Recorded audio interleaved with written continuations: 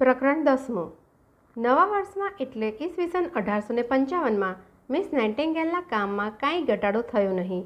જોકે રણ સંગ્રામથી ઘાયલ થયેલા સિપાહીઓના ટોળેટોળા તો હવે આવતા બંધ થયા હતા, પરંતુ સિબેરટેપુલના ઘેરામાં રોકાયેલા સૈનિકોમાં પુષ્કળ રોગ ચાલવા માંડ્યો.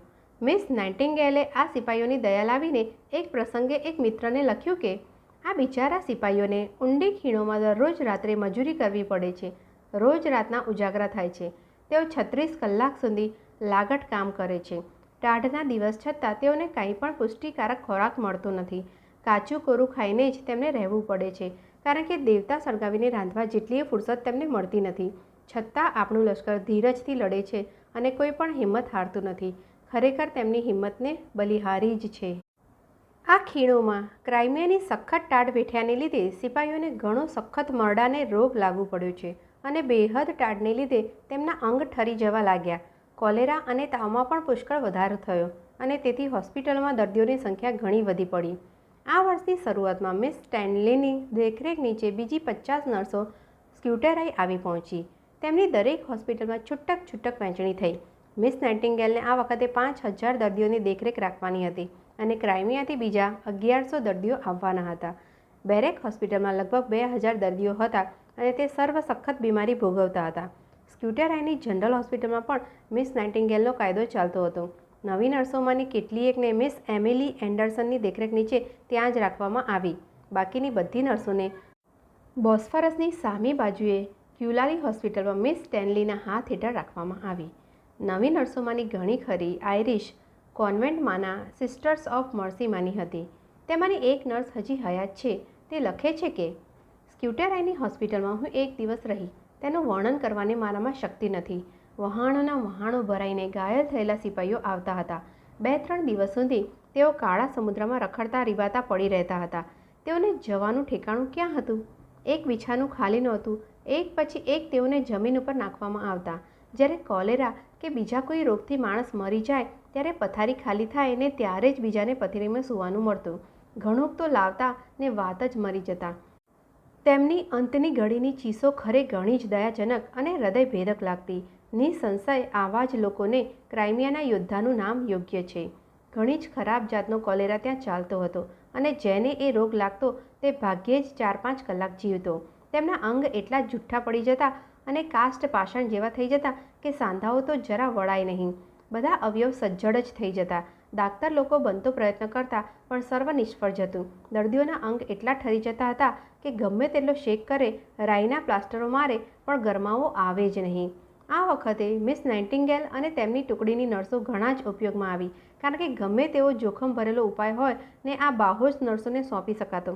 સામાન્ય સિપાહીઓને તો એવી વખતે જરા વિશ્વાસ રખાય નહીં. દર્દીને શેક કરતી વખતને ઘણી જ સંભાળ લેવી પડતી. શેક કરવાના ગરમ કકડામાં જરા પણ ભીનાશ ના રહે તે સંભાળવાની ઘણી જ જરૂર હતી. શેક કરવાના કકડાને બરોબર નીચોવીને તેના પર ક્લોરોફોર્મ એક દવા છાંટવામાં આવતું. પછીથી રાઈ અને ટર્પેન્ટાઇન દર્દીને શરીરે મસળતા. તેથી ઘણીવાર ઠરી ગયેલા અવયવોમાં ગરમાવો આવતો. નર્સોએ ઘણી જ હિંમતથી આ કારમાં રોગ સામે ટક્કર ઝીલી હતી, પણ તેમના એટલા પ્રયાસથીએ ઘણા જ થોડા માણસો બચી શકતા. શોકજનક તો એ હતું કે ઘણું કરીને મજબૂત અને તંદુરસ્ત સિપાહીઓ જ રોગનો ભોગ થતા. એક દિવસ એક તંદુરસ્ત ભર જુવાન માણસને માંચીમાં સુવાડીને મારા ઓરડામાં લાવવામાં આવ્યો. મને લાગ્યું કે એને તો જલ્દીથી સારું થઈ જશે.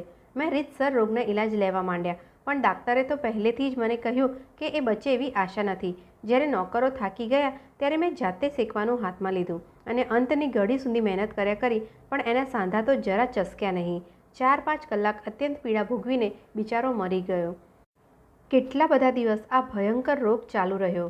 હોસ્પિટલની ઓસરીની એક બાજુએથી રોગમાં સપડાયેલાની માછીઓ એક પછી એક આવતી હતી અને બીજી બાજુએ રોગથી મરી ગયેલા માણસોની માછીઓ હારબંધ જતી. કબરો બરોબર જોઈએ તેટલી ઊંડી ખોદાતી નહોતી, તેથી રોગ વધારે પસરતો હતો અને તેથી હોસ્પિટલની આસપાસની હવામાં ચેપ લાગ્યો હતો એમ કેટલાયકનું માનવું હતું. કોલેરા જેટલો ભયંકર હતો તેટલો જ ભયંકર સંધિવા ફ્રોસ્ટ બાઇટનો રોગ હતો. સિબેરસ્ટેપુલથી સેંકડો માણસો એ રોગનો ભોગ થઈને આવતા હતા. એ લોકોને કેટલી પીડા થતી હતી તેનો ખ્યાલ નજરે જોયા વિના ભાગ્યે જ આવી શકે. ત્યાંની એક નર્સ લખે છે કે સિબેરસ્ટેપુલથી આવનાર લોકોના અંગો પર ઘણા જ ઝીણા વસ્ત્ર હતા. ક્રાઇમિયાની આટલી સખત ઠંડીથી રક્ષણ કરવાને તેમની પાસે કાંઈ જ સાધન નહોતા. જ્યારે માચીમાં સુવાડીને તેમને દાટવા લઈ જવામાં આવતા ત્યારે તેમના દિલ એટલા ઠરી જતા કે અંગના કપડાં પણ શરીર સાથે ચોંટી જતા ને કાપી નાખવા પડતા. ઘણી વખત તો માણસનું માંસ અને તેમના કપડાં એકઠા ઠરી જતા હતા અને પગ તો એટલા ઠરી જતા હતા કે જોડા એમને એમ જ કઢાય જ નહીં. જ્યારે થોડા થોડા કાપીને કાઢે ત્યારે તેથી ચામડી છોલાઈ જાય, માંસ અંદરથી નીકળી પડે, એવા અનેક ત્રાસદાયક દેખાવ નજરે પડતા હતા. પોલ્ટીસ મારે તે પણ કપડા ઉપર થોડું તેલ છાંટીને, નહીં તો કપડાં ઠરીને અંગ સાથે ચોંટી જાય. તે છતાં જ્યારે સહારમાં પોલ્ટીસ કાઢે ત્યારે ચામડી સાથે ઉકળી આવે ને કોઈ વાર તો દાક્તર પોતાના હથિયારનો ઉપયોગ કરે ત્યારે જ નીકળે. પગના આંગળા તો ઓળખાય નહીં એવા થઈ જતા. સેબેસ્ટેપુલની ખીણોમાં આથી પણ ઘણું વધારે સંકટ પડતું. તેનું યથાસ્થિત વર્ણન તો કરી શકાય જ નહીં. ત્યાં જઈ આવેલા સિપાઈઓ હજી પણ એટલી જ લાગણીથી ત્યાંની હકીકત કહી સંભળાવે છે. લોકો બંદૂકના ગોળાથી બચવાને માટે ઠરી ગયેલી જમીનની અંદર ખાડા ખોદીને રહેતા હતા તો ત્યાંય ટાઢે ઠરી જતા. ઠંડી એટલી સખત હતી કે લડતી વખતે બંદૂકના ગોળા પણ જલ્દીથી ખેંચી શકાતા નહીં. એક સિપાઈ બેલેક લેવામાં શીત થયેલો પડ્યો હતો. તેણે જ્યારે રાતમાં પાસું બદલ્યું ત્યારે જાણ્યું કે તેના પગ એક બીજા સિપાહીના પગ સાથે સજ્જડ ઠરી ગયા હતા. આ અને બીજા અનેક રોગમાં સપડાયેલા સેંકડો માણસો સ્ક્યુટેરાઇનની ગીચોગીચ ભરાયેલી હોસ્પિટલમાં દરરોજ આવતા હતા. એક રાતમાં 60 માણસો મરી જતા અને 2 મહિના તો સેંકડે 60 માણસો મરી જતા. ફ્લોરેન્સ નાઇટિંગેલ બધે ફરી વળતા. મરણના બિછાના આગળ તે દર્દીઓને ધીરજ આપતા અને ઈશ્વરનું ચિંતન કરાવતા. દેહ અને આત્મા બંનેની સરખી બરદાસ્ત કરતા. ઘણા સિપાહીઓએ મળતા પોતાને ઘેર કહેવાના સંદેશા તેમને કહેલા અને પોતાની મા કે સ્ત્રીને સ્નેહસૂચક અંતની ભેટો આપવાની તે પણ તેમને જ સોંપેલી. આ સર્વ અંતની ઘડીના સંદેશા ચોક્કસ રીતે મિસ નાઇટિંગેલે પહોંચાડ્યા હતા તે સર્વ કોઈ જાણે છે. રાત પડ્યા પછી જ્યારે દાક્તરો પોતાની તપાસ કરીને પરવારે ત્યારે આ લેડી ઇન ચીફ તેમના સાદા કાળા કપડાં પહેરી ઉપર સફેદ વસ્ત્ર ઓઢીને દરેક ઓરડામાં અને ચારે તરફ ઓસરીમાં એક નાનો દીવો હાથમાં લઈને ફરી આવતા. એટલા થોડા પ્રકાશથી પણ તે જોઈ શકતા કે કયો માણસ ઘણી પીડા ભોગવે છે અથવા કયો માણસ મૃત્યુ સમીપ છે અને તેવી જગ્યાએ તે ધીરજના 2 બોલ કહેવા ઊભા રહેતા. ફ્લોરેન્સ નાઇટિંગેલની ખરી હિંમત આ રાતની તપાસણીની ફેરી વખતે ઘણી માલુમ પડી આવતી. એ વખતે ચારે તરફ શૂન્યકાર હોય અને રોગથી પીડાતા માણસો નિંદ્રાને માટે ફાંફા મારતા હોય અને આકળ વિકળ થતા હોય ત્યારે ગમે તેવા શબ્દ શ્રવણથી બીક લાગે. કોઈ સનેપાતમાં ગમે તેમ બબડતું હોય, કોઈ પોતાને ઘેર જવાની બૂમ પાડતું હોય, કોઈને ઉધરસ આવતી હોય, કોઈને અત્યંત વેદના થતી હોય, કોઈને મૃત્યુની યાતના થતી હોય. આવા સર્વ અવાજ મિસ નાઇટિંગેલ જ્યારે પોતાની નાનો દીવો લઈને ફરતા ત્યારે તેમને કાને પડતા. આવો અનુભવ એકવાર થાય તો એ જન્મ પર જ સાંભળે, પણ આ તો દરરોજ રાત્રે, અઠવાડિયા સુધી, મહિના અને મહિના સુધી આ કુમારિકાને કાને પડતા અને તે છતાં રીવાતા લોકોનું કષ્ટ ઓછું કરવાને તેમણે હિંમત છોડી નહીં. ધન્ય છે આવી બહાદુર નારીને. પ્રકરણ 11. મિસ નાઇટિંગેલની આવી અથાગ મહેનતના કાર્યમાં ઇંગ્લેન્ડમાંથી ઘણી મદદ મળતી. ઇંગ્લેન્ડની શ્રેષ્ઠ વર્ગની સ્ત્રીઓ જાતે ઓફિસમાં જઈને મિસ નાઇટિંગેલના નામ ઉપર સંખ્યાબંધ પાર્સલો મોકલતી. સ્ક્યુટેરાઈ તરફ એટલો માલ રવાના થવા લાગ્યો કે લોકો ભૂલાવવામાં પડતા કે આ તે ખરેખર આપણો જ માલ છે કે ભૂલમાં આ જગ્યાએ આવી પડ્યો છે. મહારાણીજી પોતે, રાજકુમારીઓ અને બીજી સર્વ સ્ત્રીઓ પાટાપટ્ટીઓ, ખમીસ, મોજા સર્વ પોતાને હાથે ગૂંથી તૈયાર કરીને સિપાહીઓ માટે મોકલતા. ગમે તેવી સારી વસ્તુ હોય તો પણ તે લોકો માટે મોકલાતી. મોટા અમીરને છાજતી વસ્તુઓ પણ સ્ક્યુટેરાઈએ મોકલાઈ હતી. મહારાણીએ પોતાનું નામ ઉપર ભરીને સારામાં સારા ખમીસો, ઊંચામાં ઊંચી ચાદરો મોકલી હતી. જ્યારે ખાનગી રીતે આટલી મદદ મોકલાતી હતી ત્યારે ધી ટાઈમ્સ વર્તમાનપત્ર, જેના લખાણોથી લોકોની લાગણી આ મહાન પરોપકાર માટે પ્રથમ જાગૃત થઈ હતી, તેના તરફથી ઘાયલ થયેલા સિપાહીની મદદ માટે એક ફંડ ઊભું કરવામાં આવ્યું હતું. લોકો તરફથી તેને સારી મદદ મળતી હતી. આ ફંડનો ઉપયોગ કરવાને મિસ મેકડોનલ્ડ નામના હોશિયાર અને આબરૂદાર ગૃહસ્થને ક્રાઇમિયા તરફ મોકલવામાં આવ્યો. નીકળતા પહેલાં miss McDonald લડાઈના secretary Duke of ન્યુકેસલને મળ્યો. તેના તરફથી તેને કહેવામાં આવ્યું કે સરકાર તરફથી એટલા સારા ઉપાયો લેવામાં આવ્યા છે કે ટાઈમ્સ ફંડ વાપરવાની કાંઈ જ જરૂર નથી. છતાં મિસ મેકડોનલ્ડ તો પોતાને માર્ગે ચાલ્યા, કારણ કે સિડની હાર્બર્ટે તેને સર્વ ખરી હકીકત જણાવી હતી. બોસ્ફરસ પહોંચતા પણ તેને ફરી એમ જ કહેવામાં આવ્યું, છતાં તેણે દરકાર કરી નહીં, કારણ કે તેણે પ્રત્યક્ષ જોયું કે ક્રાઇમિયાની આટલી ઠંડીમાં અંગનું રક્ષણ કરવા માટે સિપાહીઓ પાસે કાંઈ જ સાધન નથી અને તેથી તેણે કોન્સ્ટેન્ટિનોપલના બજારમાંથી થોડાક ગરમ કપડાં વેચાતા લીધા અને ટાઈમ્સ ફંડના પૈસાનો ભાર જરા હલકો કર્યો. જ્યારે મિસ્ટર મેકડોનાલ્ડ સ્ક્યુટેરાઈની હોસ્પિટલમાં ગયો ત્યારે ત્યાંના મોટા ડૉક્ટરે કહ્યું કે અહીં કાંઈ વાતની ખોટ નથી. ત્યારે ખરે એને ઘણી જ અજાયબી લાગી હશે. સરકારી વર્ગના દરેક અધિકારી તરફથી તેને આવા જ જવાબ મળતા. પરંતુ જ્યારે બેરક હોસ્પિટલમાં જઈને તે મિસ નાઇટિંગેલને મળ્યો ત્યારે તેના સર્વ સંશય દૂર થયા. મિસ નાઇટિંગેલે જ્યારે સાંભળ્યું કે એને સર્વ તરફથી એમ કહેવામાં આવ્યું હતું કે હોસ્પિટલોમાં તો કાંઈ પણ વસ્તુની ખોટ નથી, ત્યારે એ તો દિગ્મૂઢ જ થઈ ગયા. મિસ્ટર મેકડોનાલ્ડને તે પોતે પોતાની ઓફિસના ઓરડામાં લઈ ગયા અને સર્વ વ્યવસ્થા પ્રત્યક્ષ દેખાડીને તેને બધી હકીકતથી વાકેફ કર્યો. પોતાના ખાનગી ખર્ચમાંથી કેટલું ખાવાનું અને બીજા સાધનો પૂરા પાડવા પડતા હતા એ સર્વ પણ તેને કહ્યું અને કહ્યું કે લોકોની આટલી બધી મદદ છતાં સર્વ જરૂરિયાત વસ્તુઓ પૂરી પાડી શકાતી નહોતી. સર્વ હકીકત સાંભળીને મિસ્ટર મેકડોનાલ્ડની તો પૂર્ણ ખાતરી થઈ કે અહીં ખર્ચેલો પૈસો જરા વ્યર્થ જવાનો નથી, કેમ કે લોકોના સંકટનો પાર નહોતો. તે દિવસ પછી મિસ નાઇટિંગેલની સાથે હોસ્પિટલના દરેક ઓરડે ફરીને કઈ કઈ વસ્તુની ખાસ અગત્ય દર્દીઓને છે તેની તેણે એક નોટબુકમાં ટીપ કરી અને સર્વ માલ કોન્સ્ટેન્ટિનોપલથી મંગાવ્યો. મિસ નાઇટિંગેલને આવી મદદથી ઘણો જ સંતોષ થયો, કારણ કે રોકડા નાણાંમાંથી તે પોતાને યોગ્ય લાગે તેવી જ વસ્તુઓ મંગાવી શકતા અને એક પાઈ વ્યર્થ જવા દેતા નહીં.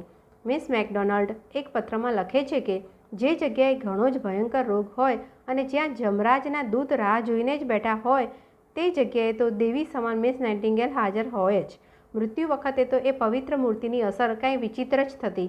જ્યારે એ રવેશમાં કે ઓસરી પર ફરતા ત્યારે તેમને જોઈને દરેક દર્દીના ચહેરા ઉપર ઉપકાર વૃત્તિ માલુમ પડી આવતી. જ્યારે બધા ઉપરીઓ અને નોકરો તપાસ કરીને પરવાર્યા હોય ત્યારે આ નાજુક સ્ત્રી હાથમાં નાનો દીવો લઈને ઓરડે ફરતી. પ્રથમથી લોકો આ હિંમતવાન સ્ત્રીના ધર્મને વખાણતા હતા, એમાં જરા ભૂલ નહોતી. ઈશ્વર કરે ને એ લાંબુ આયુષ્ય ભોગવે ને વધારે કીર્તિ મેળવે. એમને જે નજરે જુએ છે તેમને તો તેમના ફિક્કા ચહેરા ઉપરથી તેમની તંદુરસ્તી માટે અત્યંત ધાસતી રહે છે. તેનામાં સ્ત્રી જાતિને યોગ્ય સુખો મળતા સુશીલતા, સુજ્ઞતા ઉપરાંત ઘણી જ દક્ષતા, ધૈર્ય અને દૃઢતા છે. મારી તો પૂર્ણ ખાતરી થઈ છે કે મિસ નાઇટિંગેલ જો સ્ક્યુટેરાઈમાં ગયા ન હોત તો બિચારા અનાથ સિપાહીની હોસ્પિટલમાં કોઈ દાદ ફરિયાદ લેત નહીં.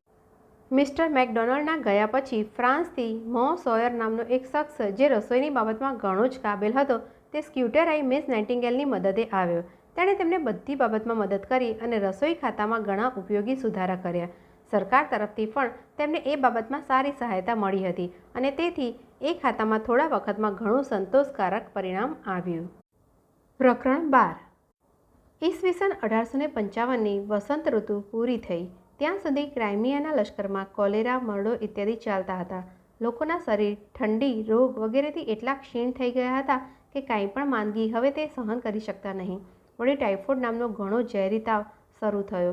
સ્ક્યુટેરાઈની હોસ્પિટલમાં પુષ્કળ દર્દીઓ મૃત્યુ પામતા અને અસંખ્ય લોકો રોગના ભોગ થઈ પડતા.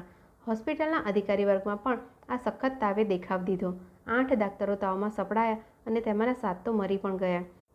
મિસ નાઇટિંગેલે પોતે 2-3 ડાક્ટરોની બરદાસ્ત કરી. એક પ્રસંગે તો એવું થયું કે આખી બેરક હોસ્પિટલમાં માત્ર એક જ હોસ્પિટલ આસિસ્ટન્ટ ઇસ્પિતારનો માસ્તર એવો હતો કે જે સાજો હોવાથી કાંઈ પણ કામમાં આવી શકતો અને તેનો ખપ 24 ઓરડામાં પડતો. 3 નર્સો પણ તાવે પડી હતી. હોસ્પિટલના અધિકારીઓ અને નર્સોમાં જ્યારે તાવે પ્રવેશ કર્યો ત્યારે લેડી ઇન ચીફ મિસ નાઇટિંગેલનું કામ બહુ ભારે થઈ પડ્યું. છતાં ઘણી હિંમતથી કામનો બોજો તેમણે ઉપાડી લીધો અને એક પણ દિવસ તેમણે પાછી પાની કરી નહીં. દૃઢતા અને મનમાં જુસ્સાને લીધે જ આવે પ્રસંગે પણ તે ઉત્સાહથી કામ કરી શકતા. અત્યાર સુધી તેમની ટુકડીઓમાંથી કોઈ મૃત્યુને વશ થયું નહોતું, પણ આ છેલ્લા સપાટામાં તો તેમની એક ઘણી જ વહાલી નર્સ મરણ પામી. એના મૃત્યુથી આખી ટોળીને ઘણો સંતાપ થયો, પરંતુ મિસ નાઇટિંગેલે તો આ ઘા પણ ઘણી હિંમતથી સહન કર્યો. સિપાહીઓ, દર્દીઓ સર્વેને સરખો શોક લાગ્યો, કારણ કે એ નર્સ ઘણી જ માયાળુ હતી. એ નર્સના મૃત્યુને થોડાક દિવસ થયા એટલામાં એક બીજી નર્સ પણ મૃત્યુ પામી. તે બિચારી કોલેરાનો ભોગ થઈ પડી. એમ એક પછી એક 3-4 નર્સ મૃત્યુ પામી. લોકોએ સર્વને માટે ઘણી જ દિલસોજી બતાવી, કારણ કે આખા લશ્કરી વર્ગને હવે તેમની કદર માલુમ પડી હતી. જ્યારે મે મહિનામાં રોગની શાંતિ થઈ ત્યારે મિસ નાઇટિંગેલ સ્ક્યુટેરાઈથી બેલેક લેવા જવા નીકળ્યા. લડાઈના મુખ્ય સ્થાનમાં ઘાયલ થયેલા એ માંદા સિપાહીઓની સ્થિતિ કેવી છે તે જોવાની તેમને ઘણી ઈચ્છા હતી અને નર્સની ટુકડીના સુપ્રિન્ટેન્ડન્ટ તરીકે ક્રાઇમિયાની હોસ્પિટલો તપાસવાની તેમની ફરજ હતી. સ્ક્યુટેરાઈ છોડતી વખતે તેમને ઘણી જ દિલગીરી લાગી. તેમજ ત્યાં રહેતા માણસોને પણ ઘણી જ લાગણી થઈ આવી, કેમ કે કોઈને જિંદગીનો ભરોસો નહોતો. એ જ્યારે ફરી પાછા આવે ત્યારે કોણ જીવતું હશે તે કોઈ જાણતું નહોતું. આટલા 6 મહિનામાં મિસ નાઇટિંગેલે જેટલી વિડંબના વેઠી હતી તેટલી ભાગ્યે જ કોઈએ વેઠી હશે.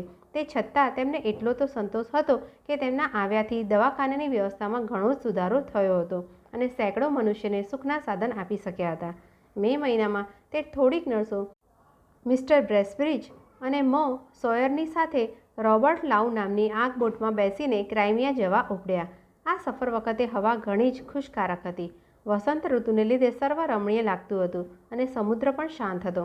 મિસ નાઇટિંગેલનું મન પણ આસપાસના દેખાવથી પ્રફુલ્લિત થયું, પરંતુ તેમના સ્વભાવ પ્રમાણે તે વહાણ પર પણ સ્થિર બેસી ના રહ્યા. તેમની સાથે 600 લશ્કરના સિપાહીઓ પણ હતા અને થોડાએક લશ્કરના અધિકારીઓ પણ હતા. મિસ નાઇટિંગેલે તે સિપાહીઓની સાથે વાતચીત કરવા વહાણના નીચલા માળમાં ગયા. ત્યાં જઈને જુએ છે તો કેટલાક સિપાહીઓ તો તાવે પડેલા માલુમ પડ્યા. તેમાંનો એક સિપાહી દવા પીવાની ના કહેતો હતો. તેને મિસ નાઇટિંગેલે પૂછ્યું, ભાઈ, તું દવા પીવાની શા માટે ના કહે છે? તે માણસે જવાબ દીધો, બાઈ સાહેબ, એક વખત મેં દવા પીધી હતી, પણ તેથી ઉલટો મારો જીવ બગડી આવ્યો. ત્યાર પછી હું કઈ દિવસ દવા નથી લેતો. પણ ભાઈ, હું જો મારે હાથે તને દવા તૈયાર કરી આપું તો તું પીશ કે નહીં? તેણે કહ્યું, બાઈ, તમે આપશો તેથી કાંઈ ફેર પડવાનો છે? તે છતાં તેણે દવા પીધી અને મિસ નાઇટિંગેલે તેને વાતે લગાડ્યો. તેથી તે દવાની વાત ભૂલી ગયો અને દવાએ દવાનો ગુણ કર્યો. થોડાક દિવસમાં તે બેલેક લેવાના બારામાં બેઠા.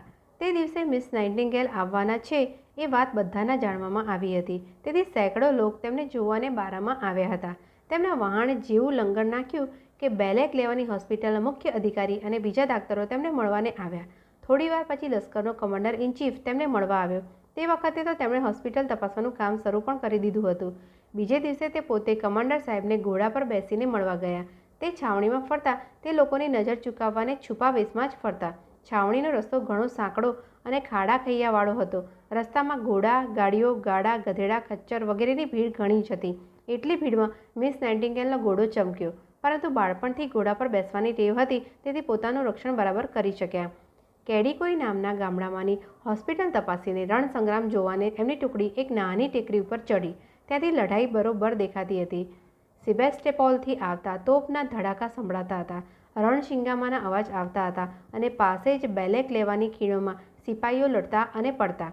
ફ્લોરેન્સ નાઇટિંગેલે સર્વરચના ઘોડા ઉપર બેઠે બેઠે જોઈ અને પછી શોકાદ્ર હૃદયથી ત્યાંથી પાછા ફર્યા, કારણ કે તે જાણતા હતા કે તે ઘેરો પૂરો થશે એટલામાં હજારો સિપાહીઓ મૃત્યુ પામશે અથવા ઘાયલ થશે. મુખ્ય છાવણીમાં જતાં જતાં તેમને કેટલાયક નાની હોસ્પિટલો તપાસી લીધી. ત્યાર પછી કમાન્ડર સાહેબના મુકામ તરફ ગયા. ત્યાં ખબર કાઢતા માલુમ પડ્યું કે સાહેબ તો બહાર નીકળી પડ્યા હતા. તેથી સિબેસ્ટેપોલની મોટી જનરલ હોસ્પિટલ જોવા ગયા. આ હોસ્પિટલમાં 600-700 દર્દીઓ પડેલા હતા અને તે સર્વને જ્યારે ખબર પડી કે ક્યુટેરાઈના ભલાબાઈ સાહેબ તેમને મળવા આવેલ છે ત્યારે તેમના આનંદનો પાર રહ્યો નહીં. દવાખાનામાંથી જ્યારે રસોડામાં તે ગયા ત્યારે તેમના હાથ નીચે જે લોકો સારા થયેલા હતા તે કામ કરતા હતા. તેમણે તાળીઓ અને ખુશીના પોકારથી તેમને આવકાર દીધો. આવી લાગણી જોઈને તેમને અત્યંત ખુશી થઈ. ઘોડા ઉપર બેઠેલા હતા એટલે તેમણે ફક્ત માથું હલાવીને સર્વને ઉપકાર માન્યો. લોકો એટલા જોરથી હર્ષની બૂમો પાડતા હતા કે મિસ નાઇટિંગેલના ઘોડાએ તોફાન કરવા માંડ્યું અને જ્યાં સુધી લોકો શાંત થયા ત્યાં સુધી એક માણસે તેને દોરીને ચલાવ્યો. સિબેસ્ટેપોલથી ફ્રેન્ચ અને ઇંગ્લિશ છાવણીમાં ફર્યા પછી જે કિલ્લાને ઘેરો ઘાલ્યો હતો તે જોવા સર્વ ગયા. સારી જગ્યા ખોડીને બધા ઊભા રહ્યા. ત્યાં બંદૂકના બહાર થતા હતા. એટલામાં એક દરવાને આવીને કહ્યું કે ત્યાંથી સર્વ ઉતરી જાઓ તો સારું, કેમ કે કોઈ લોકને ઊભેલા ત્યાં જોશે તો શત્રુઓ તેમના તરફ બંદૂક ફોડશે. મિસ નાઇટિંગેલ જરા આગે જઈને ઊભા. ત્યાંથી સર્વ નિરીક્ષણ કર્યા પછી એથી પણ વધારે ધાસ્તી ભરેલી જગ્યાએ જવાની મિસ નાઇટિંગેલે ઈચ્છા બતાવી. પેલો દરવાન તો બિચારો ગભરાઈ ગયો. તેણે કહ્યું કે બાઈ સાહેબ, પરમેશ્વર ના કરે ને તમને જો કંઈ થાય તો મારું નામ બદનામ ના કરશો. હું તો આ સર્વ સાહેબની સાક્ષી લઈને કહીશ કે મેં તો પહેલેથી ચેતવ્યા હતા. મિસ નાઇટિંગેલે તેને જવાબ દીધો કે ભાઈ, મારા મોં આગળથી તો કાંઈ સેંકડો માણસો મરી ગયા છે. મને કાંઈ મોત જોવાની નવાઈ નથી અને તેથી જ હું મૃત્યુથી બીતી નથી. છેવટ આ ટુકડી સિબેસ્ટેપોલનો ઘેરો જોવાને તોપખાના આગળ આવી પહોંચી. ત્યાં મો સોયરની ઈચ્છાથી એ ઊંચી ટેકરી ઉપર મિસ નાઇટિંગેલ ચઢ્યા. એ જગ્યા એટલી ઊંચી અને મધ્ય ભાગમાં હતી તેની તેમને કાંઈ જ ખબર નહોતી. જેવા તે મધ્ય ટોચ ઉપર ચડીને સ્વસ્થ થયા કે સર્વ તેમના ગુણના વખાણ કરીને હર્ષના પુકાર કરવા લાગ્યા. દૂરથી લશ્કરના સિપાહીઓએ પણ તેમને ઓળખ્યા અને તે લોકો પણ હર્ષની બૂમો પાડવા લાગ્યા. એટલે સુધી કે સેબેસ્ટોપોલમાં રશિયનો ગભરાયા. છેક સંધ્યાકાળે મિસ નાઇટિંગેલ પાછા ફર્યા. ઘણી જ ઝડપથી ઘોડા દોડાવવા માંડ્યા તે છતાં અંધારું થઈ ગયું. રસ્તો એટલો સાંકડો અને ઊભો હતો કે ઘોડા સરી પડવાની બીક લાગી અને તેથી એક સવાર પોતાના ઘોડા ઉપરથી ઉતરીને મિસ નાઇટિંગેલનો ઘોડો દોરીને ચાલવા માંડ્યો. ચાલતા ચાલતા તેમના ઘોડાએ તે સ્વારના માથામાં ઘણા જોરથી માથું માર્યું. તેને વાગ્યું તે ઘણું જ અને લોહી પણ પુષ્કળ વહી ગયું. પણ મુકામે પહોંચતા સુધી તે મૂંગો જ રહ્યો અને કોઈને ખબર પડવા દીધી નહીં. બેલેક લેવાની હોસ્પિટલમાં પહોંચ્યા ત્યારે ફ્લોરેન્સ નાઇટિંગેલને જાણ થતાં પોતે જ તેનો ઘા ધોઈ નાખ્યો અને તેના ઉપર પાટો બાંધ્યો. પ્રકરણ 13. આગલા દિવસની મુલાકાતનો અત્યંત શ્રમ પહોંચ્યો હતો અને તબિયત જરા નાદુરસ્ત હતી. તે છતાં બીજે દિવસે મિસ નાઇટિંગેલ બેલેક લેવાની જનરલ હોસ્પિટલ જોવા ગયા. તેમની સાથે મો સોયર પણ ગયો હતો. ત્યાં તેને 4-5 કલાક થયા. ત્યાંથી પછી થોડેક દૂર જરા સાજા થયેલા પણ અશક્ત માણસોને રહેવાની જગ્યા એક સેનેટેરિયમ હતું તે જોવા ગયા. તે વખતે તડકો બહુ જ થઈ ગયો હતો અને ચાલવાથી શ્રમ પણ ઘણો લાગ્યો. સેનેટેરિયમ તરફ જતા રસ્તામાં એક ઝૂંપડીમાં એક લશ્કરી અમલદાર માંદો હતો. તેને જોતા ગયા. બેલેક લેવા પાછા આવ્યા પછી બીજે દિવસે સેનેટેરિયમમાં 3 નર્સોને કામે વળગાડી અને પેલા માંદા થયેલા અમલદારને જોઈ આવ્યા. ત્યાર પછીથી દરરોજ તે હોસ્પિટલ તપાસવા નિયમસર જતા. એટલામાં એક દિવસે એમને સખત તાવ ચઢી આવ્યો. ક્રાઇમિયામાં ચાલતો ઘણી જ ખરાબ જાતનો તાવ હતો એમ ડાક્ટરોએ કહ્યું અને તેમને તાકીદે સેનેટેરિયમમાં લઈ જવાની સલાહ આપી. તેમને એક સારી મંચલીમાં બેસાડીને ઘણું સંભાળથી ત્યાં લઈ જવામાં આવ્યા. તેમની બીમારીને લીધે સર્વે ઘણા જ ગભરાયા. તેમની પોતાની એક ખાનગી નર્સને સાથે રાખી એક જણે તેમને તડકો ના લાગે માટે છત્રી ધરી અને તેમનો એક નિમક હલાલ નાનો છોકરો નોકર તેમની આગળ રડતો રડતો ચાલતો હતો. રસ્તે જતાં એટલી ભીડ નડી કે લગભગ 1 કલાક મુકામે પહોંચતા થયો. એક નાની નદીની પાસે નાનું સરખું મકાન રાખવામાં આવ્યું. ત્યાં થોડા દિવસ મિસ નાઇટિંગેલે ઘણી ભયંકર માંદગી ભોગવી. ડાક્ટરોએ અને તેમની નર્સે ઘણી જ કાળજીથી તેમની સેવા ઉઠાવી. સ્ક્યુટેરાઈમાં અત્યંત મહેનત, કાળજી અને ઉજાગરા વેઠ્યા. તેના પરિણામે જ આ તાવમાં તે એકદમ સપડાઈ ગયા. લોકો એટલી ચિંતામાં હતા કે જરાક તેમની તબિયત વધારે બગડે કે ગભરાટ ફેલાવતા. એક વખત તો એવી પણ અફવા ઉડી કે મિસ નાઇટિંગેલને તો અંતનો શ્વાસ ચાલે છે.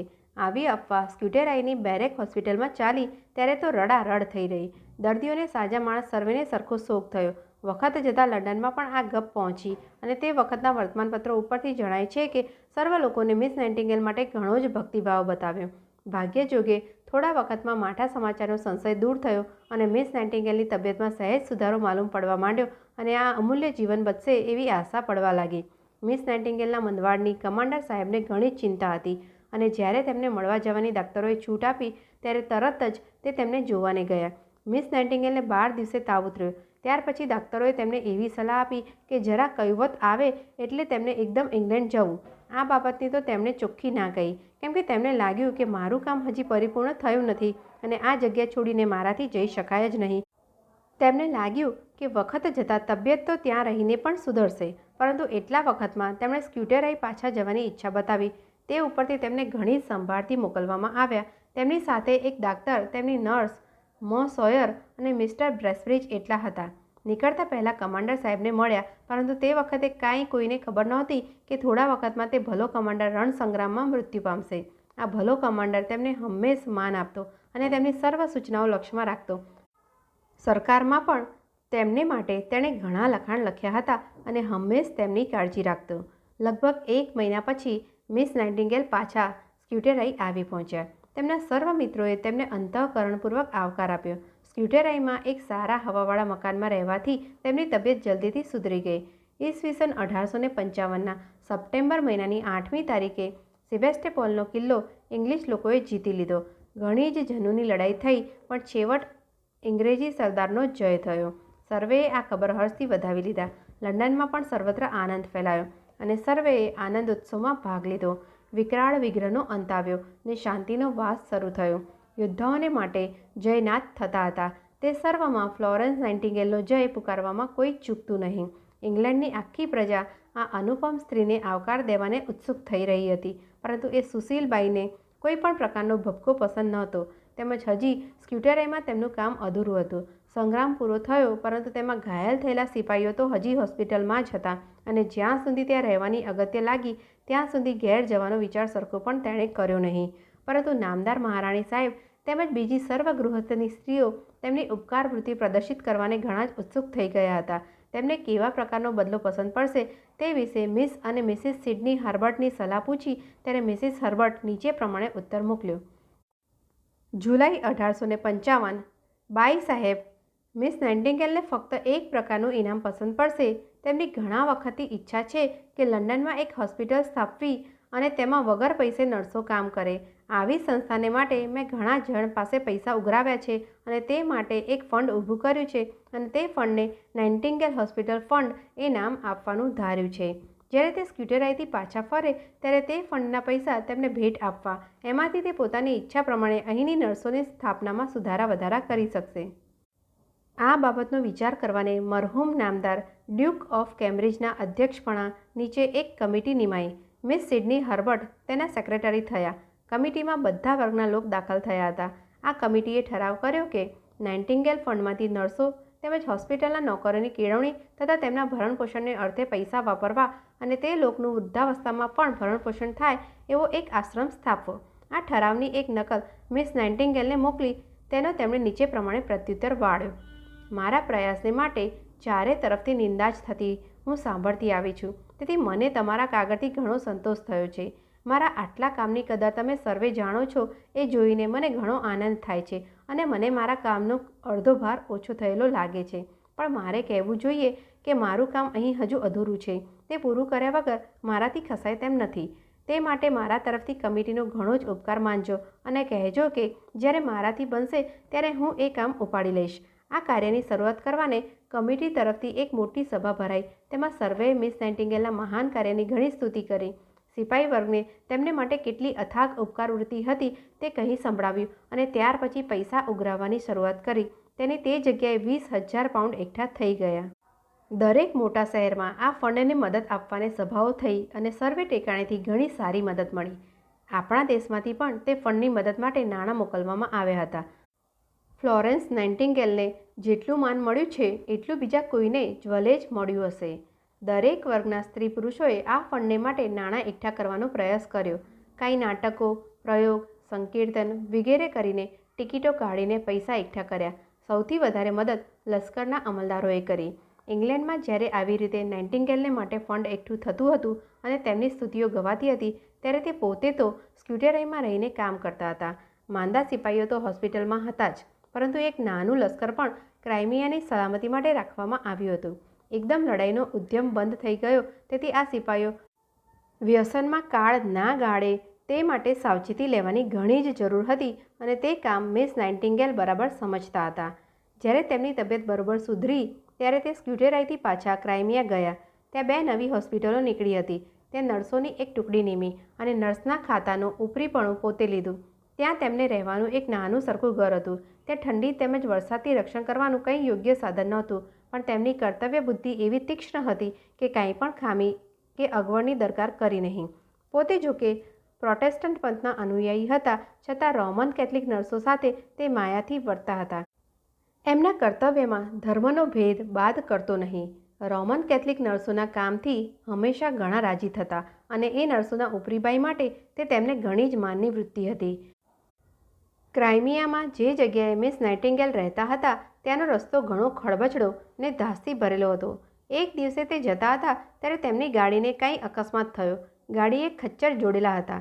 ગાડીવાળાની ગફલતથી એક પથ્થર સાથે ગાડી અફડાઈને ઊંધી વળી ગઈ. મિસ નાઇટિંગેલને થોડી ઈજા થઈ અને તેમની સાથે એક નર્સ હતી, તેને તો ઘણું વાગ્યું. ફરીથી આવો અકસ્માત ના થાય તે માટે તેમના એક મિત્રે ખાસ ઘાટની ગાડી તેમને ભેટ આપી.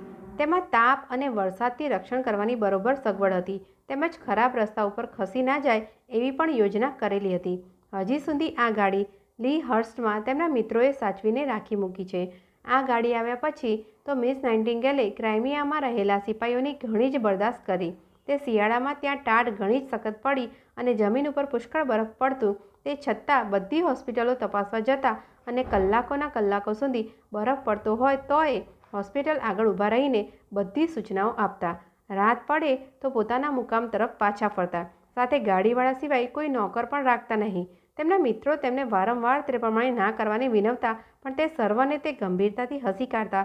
કોઈ પણ કારણસર પોતાનું કર્તવ્ય તે ચૂકતા નહીં. આ સમયે તેમનું લક્ષ્ય સાજા થયેલા સિપાહીઓની અને જે સિપાહીઓને બીજો કાંઈ ઉદ્યમ નહોતો પણ ત્યાં રહેવાની ફરજ પડી હતી તેમને તન અને મનની કેળવણી ઉપર લાગેલું હતું. તે લોકોના માટે શીખવાના વર્ગ સ્થાપ્યા. નાની નાની લાઇબ્રેરીઓ કાઢી. તેમાં ઇંગ્લેન્ડના તેમના મિત્રોએ ચોપડીઓ અને વર્તમાનપત્રો મોકલી આપ્યા. નામદાર રાણી સાહેબે સાહિત્યની ચોપડીઓ મોકલી. તે સર્વનો ઉપયોગ સિપાહીઓ પુષ્કળ કરતા હતા અને સર્વ ઘણી સભ્યતાથી અને અદબથી વર્તતા હતા. સ્ક્યુટેરાઈમાં અને ક્રાઇમિયામાં વડા અમલદારોએ વિવિધ વિષયો ઉપર ભાષણો આપવા માંડ્યા અને ધર્મગુરુઓએ પણ તેમાં ભાગ લેવા માંડ્યો. મિસ નાઇટિંગેલને આવો ઉત્સાહ જોઈને ઘણો સંતોષ થયો. તે ઉપરાંત સિપાહીઓને દારૂ વગેરે વ્યસન લેવાની ટેવ ના પડે તે માટે જુદી ક્લબો અને ઉપહાર ગૃહ વિષયો કાઢી. મંદવાડ વખતે તે લોકોના તનની સેવા કરી અને હવે નવરાશના વખતમાં તેમની માનસિક અને નીતિની ઉન્નતિ કરવાને પ્રયાસ આ બલીબાઈએ કર્યો. સિપાહીઓ પોતાના છોકરા માતા પિતા તરફ બેદરકારીથી ના વર્તે તે માટે પ્રથમથી તેમના કુટુંબ સાથે પત્ર વ્યવહાર રાખવાની છૂટ આપેલી હતી અને હવે સર્વેને લખવાના બધા સાધનો મિસ નાઇટિંગેલે અપાવ્યા. જ્યારે લડાઈ ચાલતી હતી ત્યારે તો મિસ નાઇટિંગેલની મારફતે જ બધા કાગળો જતા. ઘણીવાર તેમને પોતાને જ સિપાહીઓના મરણના સમાચાર મોકલવા પડતા. તે સર્વેમાં દુઃખી થયેલા કુટુંબો માટે ઘણી જ દયા અને દિલસોજી બતાવતા. અનાથ વિધવાઓને ધીરજ આપતા. સરકાર તરફથી પેન્શનના પૈસા કોની પાસે માગવા, કેવી રીતે માગવા એ સર્વ બરોબર તેમને બતાવતા.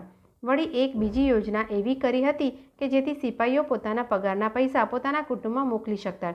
તે પોતે સિપાહીઓ પાસે પૈસા લેતા અને દરેક સિપાહી કહે તે પ્રમાણે તે ઇંગ્લેન્ડ મોકલી દેતા. આ પ્રમાણે દર મહિને લગભગ 15,000 રૂપિયા ઇંગ્લેન્ડ મોકલાતા હતા અને તે પોસ્ટ ઓફિસ મારફતે જેના હોય તેને આપી દેવામાં આવતા.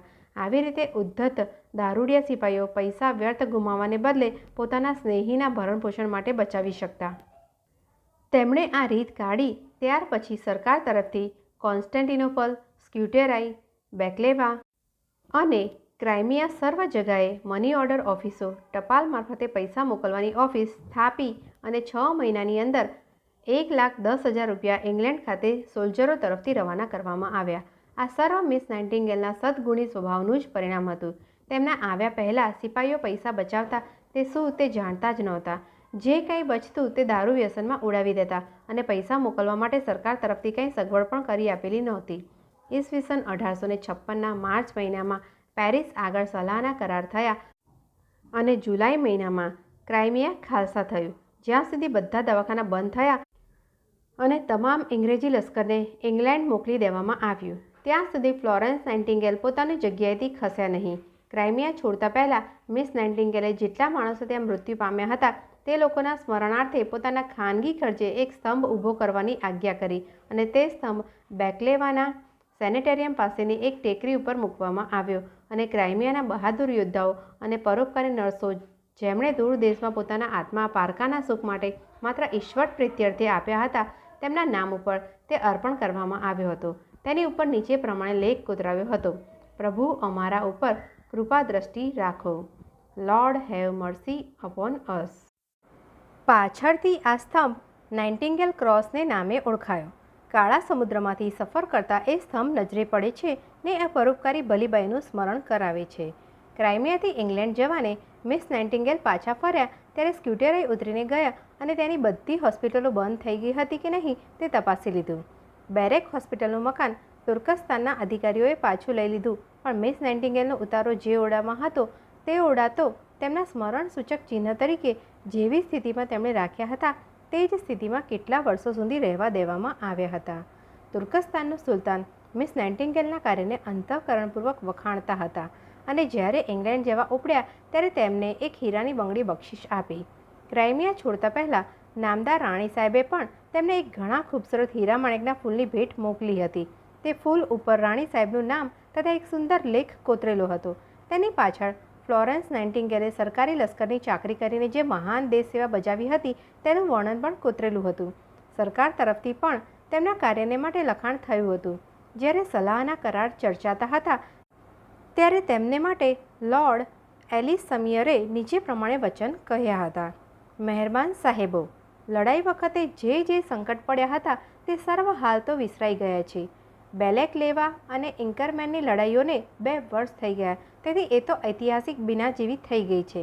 લશ્કરી સિપાહીઓ પાછા બળવાન થયા છે, સર્વે પોતપોતાની નોકરીએ પાછા જોડાયા છે અને હોસ્પિટલો ખાલી થઈ ગઈ છે. પરંતુ દયાની દેવી મિસ નાઇટિંગેલ હજી પોતાનું કામ આટોપી લેવામાં રોકાયા છે. સ્ક્યુટેરાઈમાં જે જગ્યાએ મૃત્યુ પામતા સિપાહીઓ તેમના પગલાંના અવાજનું શ્રવણ કરવાની કે માત્ર તેમની છાયાની એક દૃષ્ટિ માટે આતુર રહેતા હતા, તે જગ્યા હાલ વેરાન જેવી પડી રહી છે. તે પોતે તો લોકોની દૃષ્ટિએ હાલ દૂર જ રહેવાનો પ્રયત્ન કરે છે, કેમ કે એમને લોકોમાં પ્રસિદ્ધિ મેળવવાની આકાંક્ષા જરાય નથી. લોર્ડ એલિસમિયરની આ કલ્પના તદ્દન સત્ય હતી. સરકાર તરફથી તેમને ઇંગ્લેન્ડ આવવા માટે એક વહાણ મોકલવાનો બંદોબસ્ત કર્યો હતો, પણ તેમણે તે સ્વીકારવાની ના પાડી અને એક ફ્રેન્ચ વહાણમાં બેસીને માર્સેલસ, ફ્રાન્સમાં આવી પહોંચ્યા. ફ્રાન્સમાં તેમણે રાતની વખતે જ મુસાફરી કરી.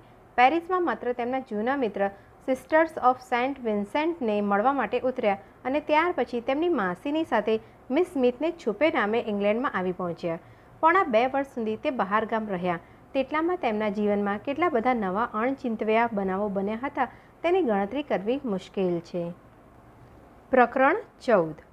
ફ્લોરેન્સ નાઇટિંગેલ છુપે નામે લી હર્સ્ટની પાસેના સ્ટેશને 1856ના ઓગસ્ટ મહિનાની 8મી તારીખે કાંઈ પણ ધાંધલ વગર આવી પહોંચ્યા અને થોડા વખતમાં લી હર્સ્ટ પહોંચી ગયા.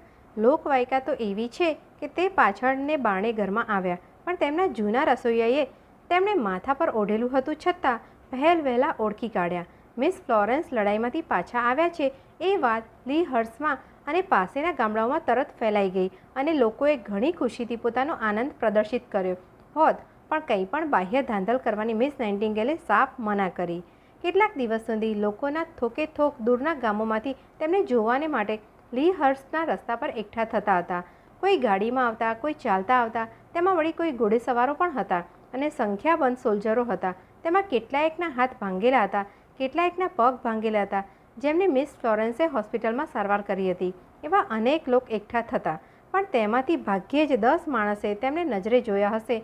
તે સર્વને તે મળી શકે એ તો અસંભવિત જ વાત હતી. તેથી જેને કાંઈ ખાસ જરૂરનું કામ હોય, કાંઈ પૈસાની મદદ જોઈતી હોય, તે ચિઠ્ઠી લખીને તેમની બાઈ નોકરને આપતા અને તેનો જવાબ મિસ ફ્લોરેન્સ તરત લખી આપતા. સર્વેને મદદ કરવાની તેમની ઈચ્છા તો હતી જ, પણ લોકોની ભીડ એટલી થતી હતી કે સર્વેને તે જો ઘર આગળ બોલાવે તો લોક માઈ શકે જ નહીં. લંડનના લોકો પણ તેમને દમામ ભરેલો આવકાર આપી ના શક્યા, તેથી ઘણા નિરાશ થયા. પરંતુ ન્યૂઝપેપરોના લખાણોથી લોકો શાંત થયા, કેમ કે તેથી લોકોએ જાણ્યું કે તેમને શાંતિ જ પ્રિય છે અને બાહ્ય ભપકા કાંઈ પસંદ નથી. લોકોમાં તો તેમનું નામ ઘેરે ઘેર ગવાતું થયું. તેમની સ્તુતિ માટે અનેક ભાષણો થતા. તે ઉપરાંત વેપારી લોકોએ તેમની છબી પોતાના માલની જાહેર ખબર તરીકે મૂકી. નાઇટિંગેલના નામના ગાયનો જોડાયા અને પૂંઠા પર તેમની છબી સાથે પ્રસિદ્ધ થયા. પંચાંગોમાં પણ તેમની છબી છપાઈ. યાચક વર્ગ પણ તેમના વખાણના ગીતો ગાઈને પુષ્કળ કમાણી કરવા લાગ્યા. લંડનની મોટી હોસ્પિટલ, જે સેન્ટ જ્યોર્જની હોસ્પિટલ કહેવાય છે, ત્યાં એક મોટી સભા તેમના કાર્યની સ્તુતિ માટે મહરૂમ ડ્યુક ઓફ કેમ્બ્રિજના અધ્યક્ષપણા નીચે મેળવવામાં આવી અને તેમાં એવો ઠરાવ થયો કે મિસ નાઇટિંગેલને તેમના સ્વાર્થ, ત્યાગ અને નિસ્વાર્થપણે કરેલા મહાન કાર્યના બદલા તરીકે તે હોસ્પિટલના ઓનરરી ગવર્નર નીમવા, વગર પગારે કામ કરે તે. ડ્યુક ઓફ કેમ્બ્રિજે સ્ક્યુટેરાઈમાં તેમનું કામ નજરે જોયું હતું. તે સર્વનું વર્ણન કર્યું અને કહ્યું કે ઇંગ્લિશ, ફ્રેન્ચ, ટર્ક અને રશિયન સર્વ લોકો તેમના નામને માન આપે છે. જ્યારે લોકોએ જાણ્યું કે તે લી હર્સ્ટમાં સ્થિર થઈને રહ્યા છે, ત્યારે ચારે તરફથી મુબારકબાદીના કાગળો મિસ નાઇટિંગેલ ઉપર આવવા લાગ્યા. મોટી મોટી સભાઓ તરફથી તેમને માનપત્ર આવવા લાગ્યા.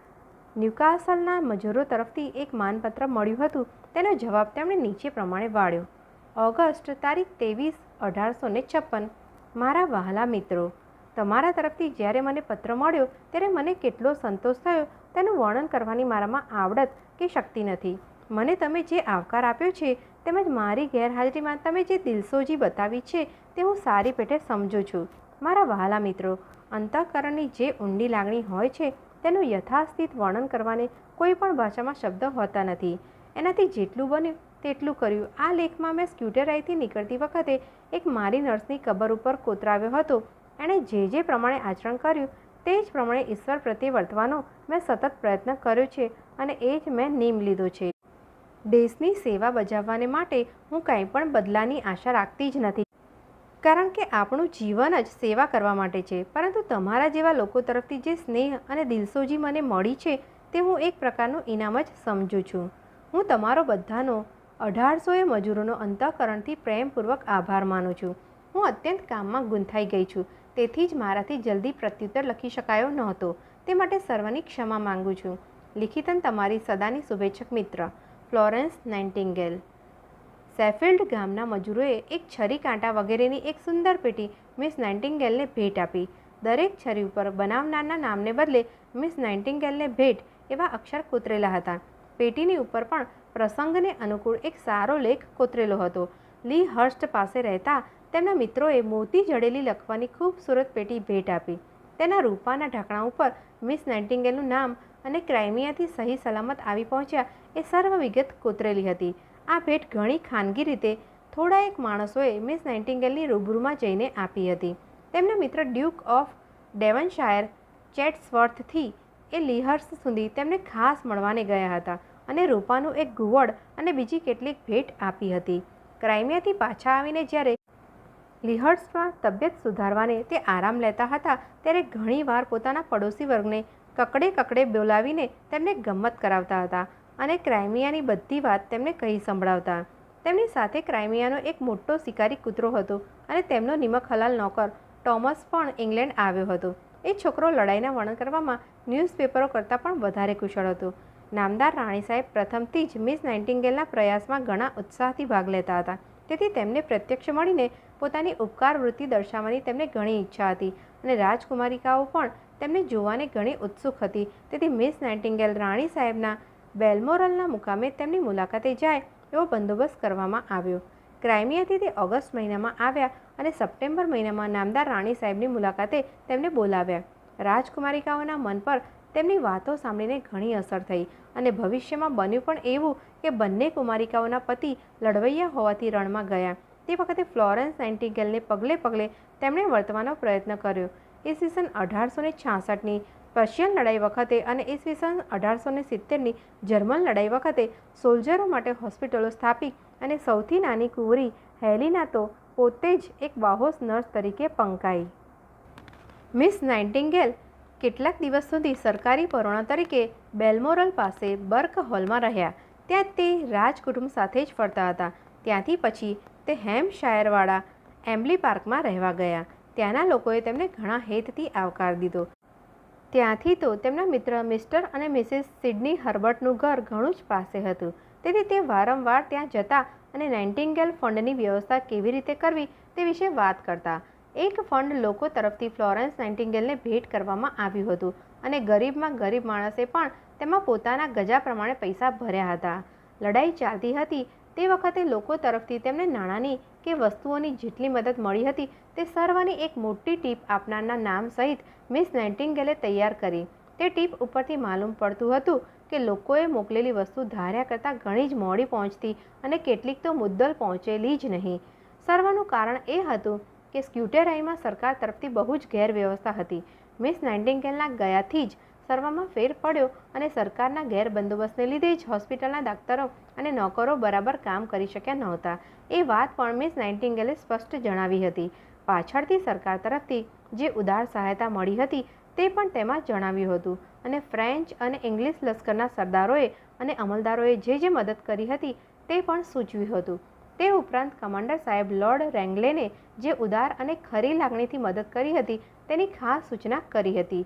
આ વખતે મિસ નાઇટિંગેલની તબિયત વાસ્તવિક રીતે ઘણી જ અશક્ત હતી, તો પણ એ કદી એમ ધારીને બેસી રહેતા નહીં. જ્યારે હિન્દુસ્તાનનો મોટો બળવો થયો ત્યારે અહીંના ગવર્નર જનરલના પત્ની લેડી કેનિંગને તેમણે કાગળ લખીને હિન્દુસ્તાન માટે એક નર્સની ટુકડી સ્થાપવાને વિચારે અહીં આવવાનો પોતાનો ઈરાદો દર્શાવ્યો. લેડી કેનિંગની તે પ્રસંગની નોંધ નીચે પ્રમાણે છે. નવેમ્બર 14, 1857. મિસ નાઇટિંગેલનો પત્ર મારા ઉપર આવ્યો છે. તેમની તબિયત નાદુરસ્ત છે, પણ આ બળવાની વખતે મદદ કરી શકે તે હેતુથી અહીં આવવાની ઈચ્છા બતાવે છે, પરંતુ તેમની તબિયત સારી ના હોવાથી લેડી કેનિંગે તેમને આવવાની હા લખી નહીં. તેમજ તેમને પોતાને પણ તે વખતે લાગ્યું કે હિન્દુસ્તાનની હવા વગેરેની અડચણોને લીધે તરત ને તરત નર્સની સંસ્થા સ્થાપવાનું કામ બને તેવું નથી. પ્રકરણ 15. મિસ નાઇટિંગેલ ક્રાઇમિયાથી પાછા ફર્યા ત્યારે સર્વેએ એમ જ કલ્પના કરી હતી કે ઇંગ્લેન્ડમાં રહીને પણ તે નર્સનું કામ ચાલુ રાખશે અને ઇંગ્લેન્ડમાં ચાલતી નર્સિંગ પદ્ધતિમાં સુધારા કરશે. જો મિસ નાઇટિંગેલની તબિયત સારી રહી હોત તો પરોપકારનું કામ ચાલુ રાખત જ. તેમની ઈચ્છા તો ઘણી જ હતી, પણ તબિયતે કર્યું નહીં. થોડોક વખત આરામ લીધા પછી તબિયત પાછી ઠેકાણે આવશે અને ત્યાર પછી નર્સોની કેળવણીનું કામ એ પોતે માથે લેશે એમ સર્વેને ધારવું હતું. પણ કમનસીબે દિવસ જતાં એમનો રોગ ઘટવાને બદલે વધવા લાગ્યો અને ફરીથી કાંઈ પણ શ્રમ પડે એવા કાર્યમાં તેમનાથી જોડાવાનું અસંભવિત થઈ પડ્યું. આટલી નાની વયમાં આવી કાર્યપરાયણ સ્ત્રીને રોગને વશ અશક્ત થઈને પડી રહેવાનું ઘણું જ ભારે પડ્યું અને તેમની મોટી મોટી આશાઓનો ભંગ થવાથી તેમને ઘણો જ શોક થયો. તે છતાં ઘણી હિંમતથી એ આફત સહન કરી અને પથારીમાં સૂઈને પણ લોકનું ભલું કરવાને ચૂક્યા નહીં. એક પણ દિવસ તે કામ કર્યા વગર બેસી રહેતા નહીં. કામ એ જ એમનું જીવન હતું. ઘણો ખરો વખત તે લંડનમાં જ રહેતા, કારણ કે મોટા શહેરમાં તેમને કામને અવકાશ વધારે મળતો. સોલ્જરેના દુઃખ નિવારણ કરવા, લશ્કરી હોસ્પિટલમાં સુધારા કરવા તે એમની મોટી ઈચ્છા હતી અને તે માટે તે ઘણો ખરો વખત એ જ બાબતમાં ગૂંથાયેલા રહેતા. સરકારમાં તેમની આબરૂ એટલી બંધાઈ ગઈ હતી કે તેમની માંગણીને હંમેશ માન અપાતું. તેમની સૂચનાથી ઘણાકને પેન્શન મળ્યું હતું. ઘણીક વિધવાઓને અનાથ બાળકોને આશરો મળ્યો હતો. આવી રીતે અનેક પરમાર્થના કામ તેમણે ઘરમાં બેઠે બેઠે કર્યા હતા. જ્યારે ઈસવીસન 1854માં લોકોને કાને તેમનું નામ પહેલું વહેલું પડ્યું ત્યારે તો તેમને વિશે કોઈને કાંઈ ખબર નહોતી. પણ હવે જ્યારે બધાને માલુમ પડ્યું કે એ તો એક ઘણા જ ધનવાન અને આબરૂદાર ગૃહસ્થના પુત્રી છે, ત્યારે તો તેમની પાસે પૈસાની મદદ અસંખ્ય લોકોએ માંગવા માંડી. સૌને સરખી તો કાંઈ તેમનાથી મદદ કરી શકાય જ નહીં, પણ તેમનાથી બન્યું તેટલું કર્યું. તેમના ફંડની સર્વ વ્યવસ્થા કરવાને ટ્રસ્ટીઓ નિમ્યા, કારણ કે તેમની તબિયત તો ઘણી જ અશક્ત હતી. કોઈ વખત તે ફક્ત તેમાં સલાહ આપતા અને અંતઃકરણથી નર્સિંગના કાર્યને ફતે ઈચ્છતા. ઇંગ્લેન્ડની સ્ત્રીઓ તે વખતે નર્સનો ધંધો કરવાને ઘણી આતુર નહોતી, કારણ કે બધા લોકો સ્ત્રીઓ કાંઈ પણ ધંધો કરે તે મતની વિરુદ્ધ હતા. જુવાન છોકરીઓના મા બાપ પણ તેમને શીખવા મોકલતા ડરતા હતા. કોઈ કહેતા કે ગૃહસ્થની સ્ત્રીને એવું કામ છાજે જ નહીં ને એ કામથી તો સુગ લાગે અને તેમની ગૃહસ્થાઈને નાનમ લાગે. મિસ નાઇટિંગેલ વારંવાર આવી તરહની ચર્ચા અને તકરારોના જવાબ શાંતપણે વાળતા હતા અને સ્ત્રીઓને તથા તેમના માતા પિતાને સમજાવતા કે નર્સિંગનું કામ જો અંતઃકરણથી લાગણીપૂર્વક કરશો તો ઘણું જ પુણ્ય થશે, કારણ કે એ મહાન પરોપકારનું કાર્ય છે. દુઃખીના દુઃખ નિવારણ કરશો તો તમારો આત્મા પ્રસન્ન થશે. સ્ત્રીઓ આળસમાં વ્યર્થ કાળ ગાળે છે અને ઘણીક સ્ત્રીઓ વિના કારણે પરાધીનપણાનું દુઃખ વેઠે છે. ત્યારે આવા કામમાં આગળ પડવાથી નુકસાન શું છે? એ ધંધામાં પૈસા પણ મળે ને ઉદ્યમ પણ મળે. માત્ર સારા કુળની સ્ત્રીઓ એ કાર્ય ઉપાડી લે તો કાર્યને ઘણું જ ઉત્તેજન મળે. ક્રાઇમિયાથી પાછા આવીને જ્યારે મિસ નાઇટિંગેલથી ફરી હરી શકાયું નહીં ત્યારે તેમણે પોતાના લખાણોથી જનસમૂહને મદદ કરવા માંડી. હોસ્પિટલોમાં સુધારા કરવાની અગત્ય, માંદાની માવજત અને ઘરની આરોગ્યતા એ વિષયો ઉપર કેટલાક નિબંધો લખ્યા. તેમના લખાણો ઘણા સરળ અને લોક ઉપયોગી છે. શિખામણની વાત જેવા તેમના લખાણો નથી, પરંતુ લોકના મન પર ઊંડી અસર કરે એવા છે. એમનું નર્સિંગ ઉપરનું પુસ્તક તો દરેક સ્ત્રીને વાંચવા લાયક છે. બાળકોને ઉછેરવામાં, માંદાની માવજત કરવામાં તે ઘણું જ ઉપયોગી થઈ પડે એવું છે. આ વિષયમાં આપણા લોકોમાં ઘણું જ અજ્ઞાન જોવામાં આવે છે. તેથી માંદા માણસને ઘણીવાર નુકસાન થાય છે.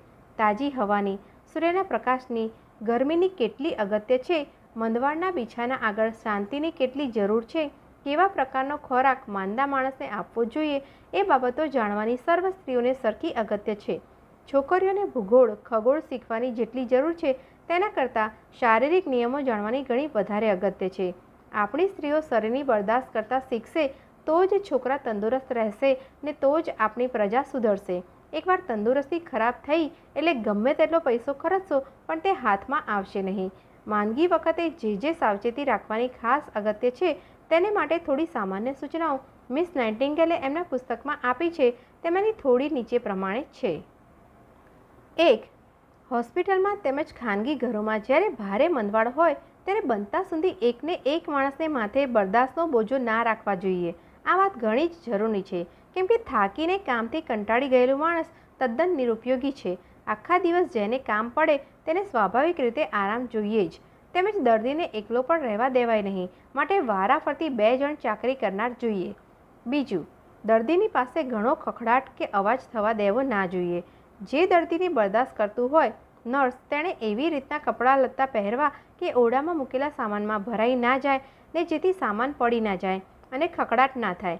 ભારે માંદગી વખતે સહેજ પણ અવાજથી દર્દી ચમકી ઉઠે છે ને કોઈ વખત એવા અવાજથી જીવને ઈજા થાય છે. દર્દીના ઓરડામાં ચાલવું પણ એવી રીતે કે જેથી પગલાંનો અવાજ સંભળાય નહીં. કપડાં સ્વચ્છ અને સાદા પહેરવા. ઓરડામાં ઘણી ઉઠબેસ કરવી નહીં. દર્દીની સાથે વાત કરતી વખતે હાથના ચાળા બહુ કરવા નહીં. જેમ બને તેમ જે કહેવું હોય તે થોડા શબ્દોમાં કહી દેવું અને તે પણ શાંતપણે કહેવું અને મન દૃઢ રાખવું. ત્રીજું, દર્દીના ઓરડામાં સુંદર શોભિત વસ્તુઓ, વિવિધ જાતની વસ્તુઓ અને ચિત્ર વિચિત્ર રંગની વસ્તુઓ રાખવામાં આવે તો તેથી દર્દીના મન ઉપર કાંઈ આશ્ચર્યકારક અસર થાય છે. એવા ઉપાયો ઘણીવાર દર્દીના દુઃખમાં ઘટાડો કરે છે અને કાંઈ નહીં તો એટલું તો થાય છે કે તેમના મન પ્રફુલ્લિત રહે છે. વાતચીત કર્યા કરતાં એવી વસ્તુઓથી દર્દીનું મન રંજન વધારે થાય છે અને તેટલી ઘડી તો તે પોતાનું દુઃખ ભૂલી જાય છે અને મન સ્વસ્થ રહે છે. પણ તેમાં એક વાત લક્ષમાં રાખવાની છે, વસ્તુઓ બતાવવી તે બધી સાથે લાગી બતાવવી નહીં. વધારો ઘટાડો કરવો તે એકદમ ના કરવો, રફતે રફતે કરો. એક દિવસે દર્દીને 10-15 છબીઓ બતાવી હોય તેના કરતાં જો રોજ એક નવી છબી બતાવી હોય તો તેને વધારે પસંદ પડે. ચોથું, દર્દીની પાસે સુંદર ફૂલની કલગી કે થોડા છૂટા ફૂલ રાખવાથી નુકસાન થાય છે એમ જે ધારણા છે તે તદ્દન ખોટી છે. તેમાંથી ઝેરી હવા નીકળે છે એમ કહેવાય છે, પરંતુ એ ઝેરી હવાનું પ્રમાણ એટલું થોડું છે કે એની નાની કીડી પણ તેથી મરી જાય નહીં. વળી દર્દીને કયો રંગ વધારે ગમે છે તે જાણવું જોઈએ, નહીં તો જો તેને અણગમતા રંગની વસ્તુ આપી હોય તે કદાપી નુકસાન થવા સંભવ છે. ઘણી નાજુક તબિયત થઈ ગઈ હોય ત્યારે આવી ઝીણી બાબતો પણ ખાસ લક્ષ્ય રાખવાની જરૂર છે. ક્ષય રોગના લાંબા મંદવાડમાં આવી બાબતો પર બહુ જ લક્ષ્ય આપવું જોઈએ. પાંચમું, ખોરાક લેવા સંબંધી મિસ નાઇટિંગેલ સૂચના કરે છે કે દર્દીને પુષ્ટિકારક ખોરાક આપવામાં ઘણી સંભાળ લેવી જોઈએ. થોડા પ્રમાણમાં પણ દિવસમાં વધારે વાર પુષ્ટિકારક દવા આપવી જોઈએ. ઘણીવાર દર્દી ચા પીવા માંગે છે પણ માણસો તેમને આપતા નથી, પરંતુ ચાથી તો ઘણીવાર સારી ઊંઘ આવે છે, મન તાજું થાય છે, થાક ઉતરી જાય છે અને શરીરમાં કુવત આવે છે. અનુભવથી જે વસ્તુ માફક આવી હોય તે આપતા ડરવું નહીં. કાંઈ પણ વસ્તુ વધારે જથ્થામાં આપવી નહીં, એટલું યાદ રાખવું. છઠ્ઠું, પથારી નરમ અને સ્વચ્છ રાખવી અને બનતા સુધી જમીન ઉપર પથારી રાખવી નહીં. શરદીના દિવસમાં ઓઢવાના કપડાં ગરમ રાખવા, પણ થોડા રાખવા. દર્દીની પથારી સાફ કરવાનું કામ બનતા સુધી નોકરને ના સોંપવું. ઓરડામાં જે જગ્યાએ સારું અજવાળું પડતું હોય ત્યાં ખાટલો રાખવો અને એવી જગ્યાએ રાખવો કે બારીમાંથી બહાર દૃષ્ટિ પડી શકે, કારણ કે દર્દી હંમેશ પ્રકાશથી ખુશ થાય છે. સાતમું, માણસ જ્યારે સખત બીમારી ભોગવતું હોય તે વખતે આસપાસના લોકોએ તેના દર્દ વિશે વાત કરવી નહીં, તેમજ તેને જલ્દી આરામ થઈ જશે એવી આશાઓ પણ આપવી નહીં, કેમ કે તેથી દર્દીના મનને કાંઈ પણ ખુશી કે સંતોષ થતો નથી. બેશક ડાક્ટરોએ તો આશાને ધીરજ બતાવવી જ જોઈએ, પણ જે માણસોને અનુભવ ના હોય તેમણે એવી વાત કરવી વ્યર્થ છે, કેમ કે દર્દીને સાંભળીને માત્ર કંટાળો જ ઉપજે છે. એવા માણસોને બનતા સુધી દર્દી સાથે વાત જ ના કરવી દેવી. એકંદર આડોશી પાડોશી સગા સંબંધી સાથે ઘણીવાર વાતચીત કરવા દેવી નહીં, એ નર્સની ફરજ છે. આઠમું, દર્દીના ચહેરાની તેમજ એના હલનચલનની ઘણી સૂક્ષ્મ દૃષ્ટિથી તપાસ રાખવી જરૂરી છે. કઈ બાબતની તપાસ રાખવી જોઈએ અને તે કેવી રીતે રાખવી તે જાણવાની ઘણી જરૂર છે. જે કાંઈ ફેરફાર માલુમ પડે તે નોંધી રાખવા અને ડાક્ટર આવે ત્યારે તેને જણાવવા. દર્દીના મોં આગળ ખરી વાત કહેતા ઘણી મુસીબત પડે છે, તે માટે ઘણી સાવચેતીથી તેની સાથે બોલવું જોઈએ. ડાક્ટરને હકીકત કહેવી તે ઘણી જ સંભાળથી કહેવી, એમાં જરા પણ ગફલત થવી ના જોઈએ. જો કાંઈ યાદ રહે એવું ના હોય તો નોંધ પુસ્તક રાખવું. એકંદર રીતે દર્દી પાસે ઘણા સાવધાન થઈને રહેવું જ જોઈએ. 9મું, દર્દીની સાથે વારંવાર પૂછપરછ કરવી નહીં. તેનો ચહેરો જોઈને જ જાણી લેવું જોઈએ કે કંઈ વેદના થાય છે કે નહીં. વળી તેનો ચહેરો આપણે તપાસ્યા કરીએ છીએ એ વાત તેની જાણમાં આવવી ના જોઈએ. દર્દીને એ બાબતની હંમેશ ઘણી ચીડ હોય છે. 10મું, ડાક્ટરને પૂછ્યા વગર કંઈ પણ ખોરાક કે દવા દર્દીને આપવી નહીં. કંઈ જાણીતી દવા હોય અને તેથી કોઈને કદાપી ફાયદો થયો હોય તોય તે પૂછ્યા વગર આપવી નહીં. 11મું, ઘરની આસપાસ સ્વચ્છતા રાખવામાં જરા ચૂક કરવી નહીં. આ ઉપરાંત ઘણી અગત્યની સૂચનાઓ તેમના પુસ્તકમાં છે.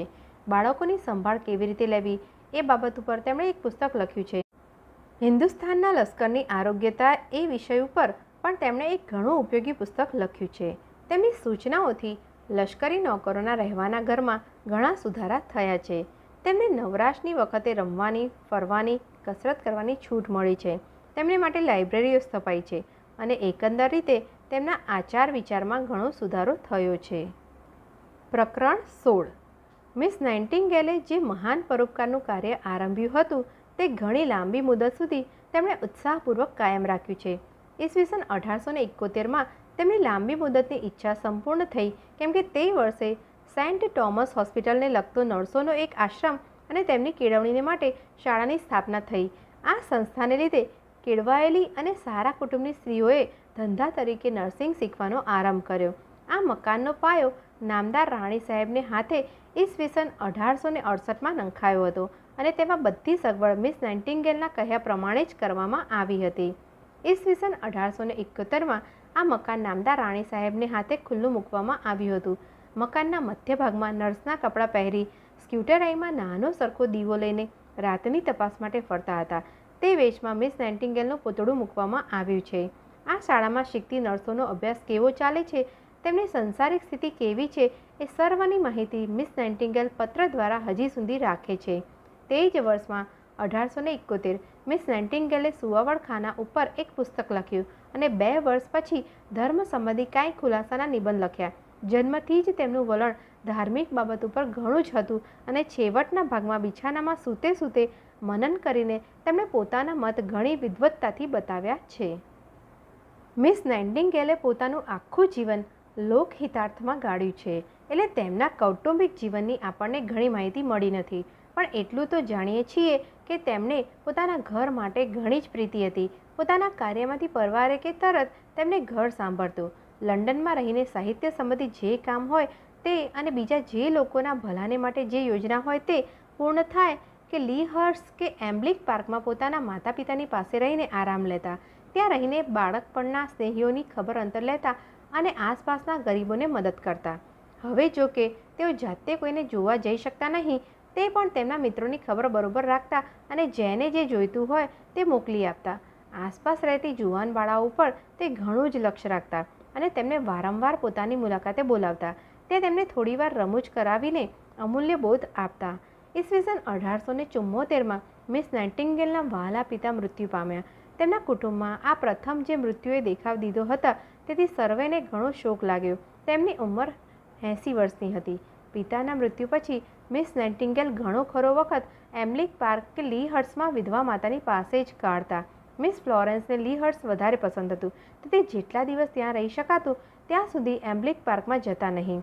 આસપાસના પડોશીમાં તેમના જૂના ઓળખાણના માણસો ઘણા ખરા મરી ગયા હતા અને નવા માણસો રહેવા આવ્યા હતા, પરંતુ સર્વના કુટુંબની હકીકતથી મિસ નાઇન્ટિંગેલ વાકેફ હતા. પાસેની ઝૂંપડીમાં રહેતા માંદા માણસોની પોતાના નોકરો પાસે ખબર કાઢાવતા અને તેમને જોઈતું કરતું મોકલાવતા અને બાળકોને પાસે બોલાવી રમાડતા ને આશીર્વાદ દેતા. જેમને દૂધની અગત્ય હોય તેમને માટે લીહર્સ્ટની ડેરી દૂધનું કારખાનું માંથી સ્વચ્છ તાજું દૂધ તેમની ખાસ ભલામણથી પૂરું પાડવામાં આવતું હતું. ઈસવીસન 1880માં મિસ નાઇન્ટિંગેલને બીજી આફત આવી. તેમના વહાલા માતા ઘણા મહિના મંદવાળ ભોગવીને મરણ પામ્યા. તેમની સારવાર મિસ નાઇન્ટિંગેલથી થઈ શકી તેટલી કરી હતી. મિસિસ નાઇન્ટિંગેલના ઉમદા સ્વભાવની છાપ તેમની યશસ્વી પુત્રી ઉપર પ્રથમથી જ પડી હતી. તેમનું જીવન દ્રષ્ટાંત લેવા યોગ્ય હતું. તે એમ્બ્લિક પાર્કમાં મૃત્યુ પામ્યા. માતાના મૃત્યુ પછી પણ મિસ નાઇન્ટિંગેલ કોઈવાર લીહર્સ્ટમાં અને એમ્બ્લિક પાર્કમાં રહેતા હતા. એ મિલકત હવે તેમના પિતરાઈ મિસ્ટર વિલિયમ શોર નાઇન્ટિંગેલ કરીને હતા તેમના હાથમાં આવી હતી. ઈસવીસન 1887માં ડાર્બીશાયરમાં રહેતા મજૂર વર્ગ તરફથી તેમને લીહર્સ્ટનું એક મોટું ચિત્ર ભેટ આપવામાં આવ્યું હતું. આ ભેટ તેમણે ઘણા જ આનંદથી સ્વીકારી હતી. આ વખતે તેમણે તેમની જન્મભૂમિને છેલ્લી વારની જોઈ ત્યાર પછી તે ત્યાં જઈ શક્યા નથી. મિસ નાઇન્ટિંગેલ હવે ઘણો ખરો વખત બકિંગહેમશાયરમાં પોતાની બહેનના ઘરમાં અને લંડનમાં પોતાના ઘરમાં ગાળે છે. તેમની બહેન ફ્રાન્સિસ સર હેરી વની સાથે પરણ્યા હતા. સર હેરીના પિતા લશ્કરમાં ઘણી મોટી પદવીએ હતા.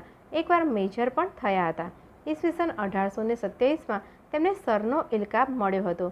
15મા સૈકાથી વર્નીનું કુટુંબ બકિંગહેમશાયરમાં હતું. સર હેરી ઘણીવાર પાર્લામેન્ટના મેમ્બર થયા હતા. લશ્કરના સુધારા માટે તે ઘણી મહેનત કરતા અને પોતાની સાળી મિસ નાઇન્ટિંગેલના પ્રયાસમાં ઘણા ઉત્સાહથી ભાગ લેતા. નાઇટિંગેલ ફંડના તે અધ્યક્ષ હતા. પોતાના બહેન અને બનેવીની સાથે આરામના દિવસો મિસ નાઇટિંગેલ ઘણા આનંદમાં ગાળતા. લેડી વર્ની, મિસ નાઇટિંગેલના બહેન, ઘણી સખત બીમારી ભોગવીને ઈસવીસન 1890માં મૃત્યુ પામ્યા. તેમના પતિ તેમના મૃત્યુ પછી 4 વર્ષ પણ પૂરું જીવ્યા નહીં. તેમના મૃત્યુ પછી મિલકતનો વારસ તેમની પહેલી પત્નીનો પુત્ર થયો. બહેનના મરણ પછી પણ કોઈ વખત તે ક્લેડનમાં રહેવા જતા, પરંતુ 1895ની સાલથી તે ઘણા જ અશક્ત થઈ ગયા, તેથી મુસાફરી કરી શકાય નહીં અને પોતાના ઘર સિવાય બીજે કાંઈ રહી શકાયું નહીં. ક્લેડનમાં જે ઓરડામાં એ રહેતા હતા તે જેવીને તેવી સ્થિતિમાં રહેવા દેવામાં આવ્યો છે અને સર એડમંડ, સર હેરીનો પુત્ર અને તેમના પત્નીએ તે ઓરડાને નાઇટિંગેલ રૂમ્સ એવું નામ આપ્યું છે. તેમને બહેનનું દુઃખ ઘણું જ લાગ્યું હતું અને ત્યાર પછી તેમનું જીવન ઉત્સાહહીન અને નિરાશામય થઈ ગયું છે. જિંદગીથી હવે તે કંટાળી ગયા છે. એક જણ ઉપર કાંઈ કામસર પત્ર લખેલો તેમાં કહે છે કે આ કામ કરવાની હવે મારામાં જરા શક્તિ નથી. આટલા વખત સુધી મેં આવા કામ કર્યા છે પણ હવે એ કામ થતું નથી. લગભગ 40 વર્ષ થયા, માત્ર 2 જ વિષયમાં મારું મન રોકાયું છે અને 20 જુવાન માણસ એકઠા થઈને કરે એટલું કામ મેં માથે લીધું છે અને તે કામમાં હું વૃદ્ધ થઈ ગઈ છું. આટલું છતાં તે કામથી પરવાર્યા નહોતા. 2 વર્ષ પછી એટલે ઈસવીસન 1892માં 72 વર્ષની ઉંમરે બકિંગહેમશાયરના શહેરોની તંદુરસ્તી બાબતની તકરારોમાં તેમણે જુસ્સાભેર ભાગ લીધો હતો. મજૂર લોકોને રહેવા માટે સારા ઘર બાંધવા જોઈએ એ ચર્ચા જ્યારે ચાલતી ત્યારે પણ તેમણે ઘણી ડાપણ ભરેલી સલાહ આપી હતી. તે વર્ષમાં બકિંગહેમશાયરના સુધરાઈ ખાતાની સભા ઉપર તેમણે એક પત્ર લખી મોકલ્યો. તેમાં એવી સલાહ આપી કે જિલ્લાના સવાલોનો ચુકાદો કરવા માટે એક સેનેટરી કમિટી સ્થાપવી, જનસમૂહમાંથી જ કમિટી કરવી અને એ દ્વારા એ લોકોનો મત લેવો. આ રીતે સરકારના અધિકારીઓની સત્તા કમી થશે અને આપણા મત સરકારને કબૂલ કરવા પડશે. સુધરાઈ ખાતાએ જ સ્વતંત્ર મત દર્શાવવામાં અગ્રણી થવું જોઈએ. મિસ નાઇટિંગેલે એવું માનતા હતા કે લોકોની આરોગ્યતા સુધારવાને ખરો માર્ગ એક જ છે, તે એ કે સ્ત્રીઓને આરોગ્યતાનું જ્ઞાન આપવું.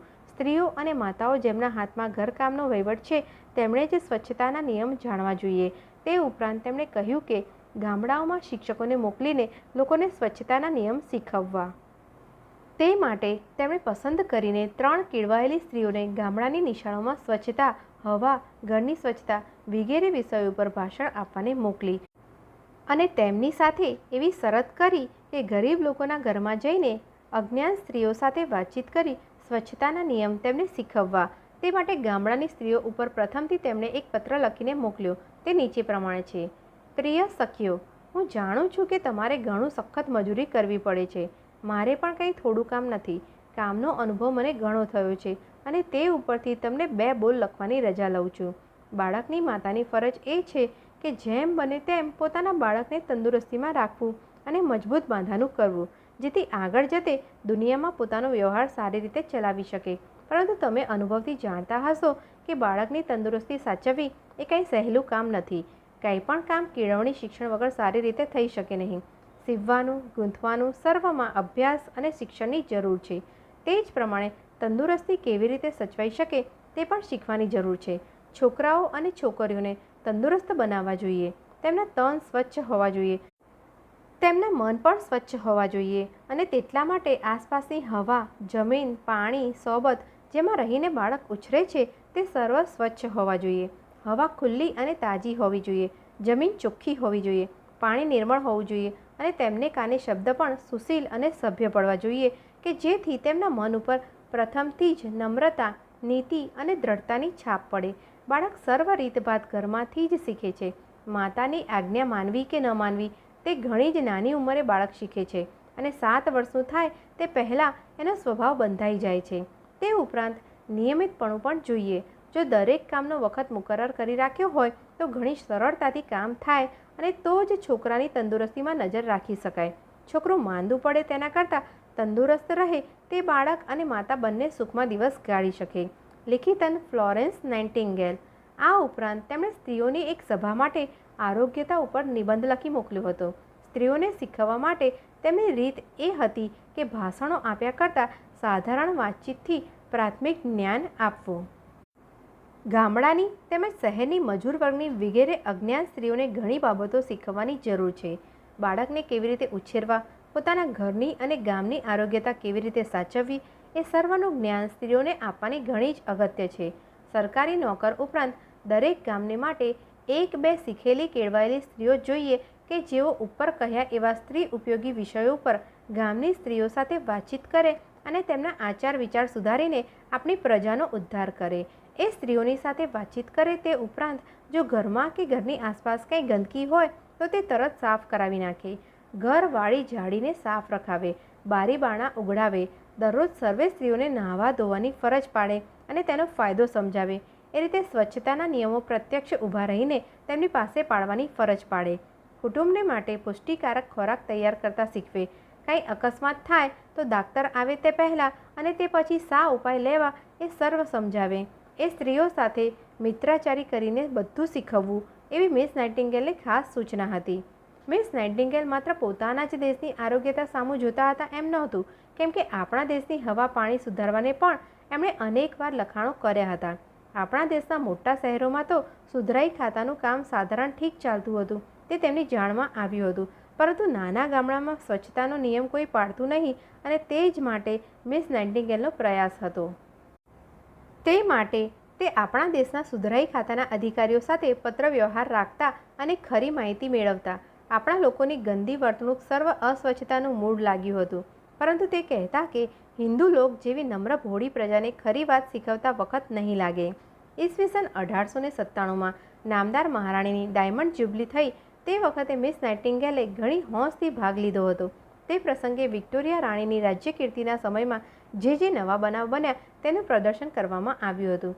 તેમાં તેમણે ક્રાઇમિયાથી મળેલી ગાડી મોકલી હતી, કારણ કે નર્સિંગની શરૂઆત એ જ રાજ્યમાં થઈ હતી. આ ગાડી જોવાને હજારો લોકો એકઠું થયું હતું અને તે જગ્યાએ ફરતી નર્સોને જોઈને તે લોકોનું હૃદય ભરાઈ જ આવતું. બેલેક લેવાની લડાઈનો વાર્ષિક ઉત્સવ કરવામાં આવ્યો હતો. તેમાં ખાણા વખતે મિસ નાઇટિંગેલ લાંબુ આયુષ્ય ભોગવે એવી સર્વેએ ઈચ્છા દર્શાવી હતી અને ભાષણકર્તાએ પોતાના ભાષણમાં કહ્યું કે જ્યાં સુધી ઇંગ્લેન્ડ દેશ કાયમ રહેશે ત્યાં સુધી મિસ નાઇટિંગેલનું નામ કાયમ રહેશે. હવે તો મિસ નાઇટિંગેલ જીવનની છેક પાછલી અવસ્થાએ આવી પહોંચ્યા છે. 10 વર્ષથી તે લંડનની બહાર નીકળ્યા નથી અને પથારીવશ જ છે. તેમનું ચિત્ત હજી સુધી સ્વસ્થ છે અને વર્તમાન બીનાઓથી અને તેમાં ખાસ કરીને નર્સિંગની ઘણી જ ઉત્સુકતાથી માહિતી રાખે છે. તે પોતે પત્ર વ્યવહાર ચલાવી શકતા નથી, તેથી તેમની વતી તેમના સેક્રેટરી સર્વ કામ કરે છે. પોતાના જૂના મિત્રોને બોલાવીને તે હજી પોતાના ભૂતકાળની વાતો ઘણી હોંશથી કહી સંભળાવે છે અને ઘણીવાર નર્સોને મુલાકાતે બોલાવે છે. દક્ષિણ આફ્રિકાની લડાઈ ચાલતી હતી તે વખતે નર્સોને માટે કેવા બંદોબસ્ત થાય છે એ સર્વ તે લક્ષ્યમાં રાખતા હતા. પોતાની ક્રાઇમિયાની લડાઈ વખતે ઘણી વિટંબના પડી હતી, તેથી તે જાણવાને હંમેશ આતુર રહેતા. 87 વર્ષની વયે પણ તેમની બોલવાની રીત પ્રથમના જેવી જ સ્પષ્ટ અને શુદ્ધ છે. તેમનો ચહેરો પણ હજી પ્રથમ જેવો જ છે. તેમાં પણ કાંઈ ફેર પડ્યું નથી. તેમના કપાળ ઉપર કે ગાલ ઉપર એક પણ કરચલી પડી નથી. તેમની દૃષ્ટિ પણ હજી સ્પષ્ટ છે. આજકાલની ઉછળતી છોકરીઓની સાથે એ ઘણા માનથી વાતચીત કરે છે. ડિસ્ટ્રિક્ટ નર્સિંગ, ગામડાઓમાં જઈને લોકની સારવાર કરવી નો વિષય તેમને ઘણો પસંદ છે અને એમાં કામ કરનારાઓ સાથે વાત કરીને ઝીણામાં ઝીણી બાબતોની માહિતી રાખે છે. લોકોના આચાર વિચારમાં, રહેણી કરણીમાં કાંઈ ફેર પડતો જોવામાં આવે છે કે નહીં એ પ્રશ્ન તે વારંવાર પૂછે છે. નર્સિંગનું નામ લોકોમાં ઘણું પ્રચલિત થવા માંડ્યું છે. એ જોઈને તેમને ઘણો જ સંતોષ થાય છે, કારણ કે શરૂઆતમાં નર્સો મેળવવાને તેમને કેટલી મુસીબતો નડી હતી, લોકનિંદા સાંભળવી પડી હતી તે તેમને બરાબર યાદ છે. વળી નર્સની રીતભાત અને વર્તન નીતિમય હોવા જોઈએ તે માટે તે ખાસ આકાંક્ષા રાખે છે. પરીક્ષામાં પાસ થાય એટલે કાંઈ સારી નર્સ થઈ કહેવાય નહીં, કેમ કે એ ધંધામાં તો સુશીલતા અને શીયળતાની ઘણી જ આવશ્યકતા છે. જેને જાતિ સ્વભાવ સદાચારી હોય તે જ સારી નર્સ થઈ શકે એવો તેમનો મત છે. ઘણીવાર તેમને એમ્બલી અને લી હર્સ્ટના ઘર સાંભળે છે. એમ્બલી તો તેમના કુટુંબના હાથથી ગયું છે, પણ લી હર્સ્ટ તેમના એક સગાના કબજામાં છે અને મિસ નાઇટિંગેલ પોતાના જૂના ઓળખાણના માણસોની ખબર રાખતા રહે છે. આ મહાન સ્ત્રીનું નામ આખા ભૂગોળમાં પ્રખ્યાત થયું છે. દરેક દેશમાં તેમના કાર્યની પ્રખ્યાતિ પ્રસરી છે. લોકો તેમની કીર્તિની પુષ્કળ સ્તુતિ કરે છે. ઘણા તો જાણતા પણ નથી કે આ મહાત્મા જીવે છે. આટલી ખ્યાતિ છતાં એ પોતે તો એટલા નમ્ર, સાલસ અને શરમાળ છે કે પ્રસિદ્ધતા પામવા જરા તેમની ઈચ્છા નથી.